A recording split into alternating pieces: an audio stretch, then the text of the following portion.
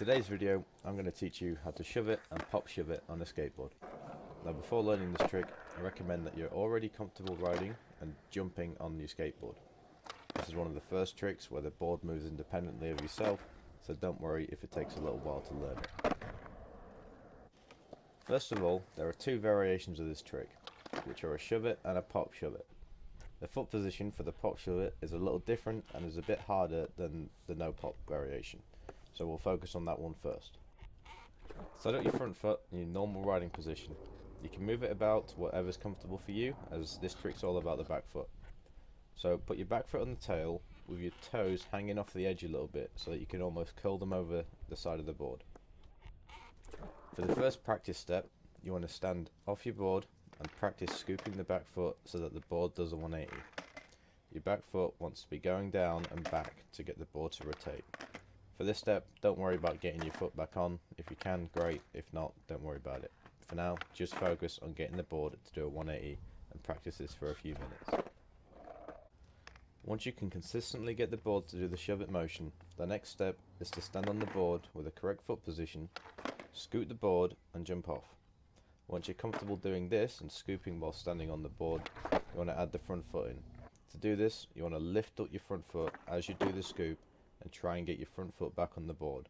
And once again, practice this for a few minutes until you feel ready to move on. The next step is to commit to landing back on your board with both feet. To do this, you'll likely need to jump forward a little, as getting the board to stay in the same spot comes with time and practice. Now, one thing that really helped me to get my back foot on once I landed was to imagine that as soon as I scooped the board, I was walking upstairs. So I would scoop, then immediately after I'd move my back foot as if I was taking a step up some stairs.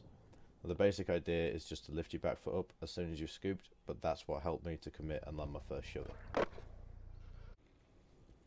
Once you're happy with doing this trick stationary, it's time to try it rolling. For this, make sure to center your weight over the board and don't lean too far back or too far forward. Scoop the board and catch it with your front foot. Just practice catching with the front foot for a few minutes before you commit and try to land with both feet.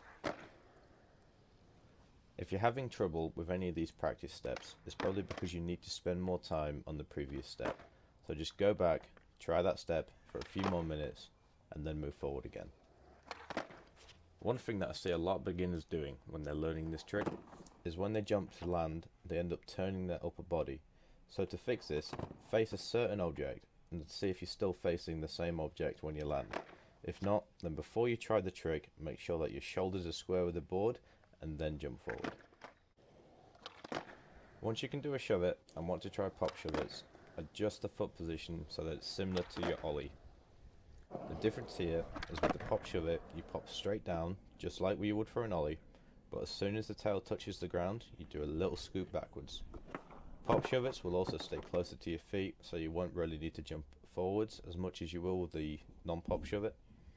And a pop shove it is basically a combination of the shove it and the ollie, so I really recommend that you have ollies down before you try to pop the shoves. Hopefully you guys found this helpful. If you have any suggestions for tutorials you'd like to see, or if there's anything I missed, let me know in the comments.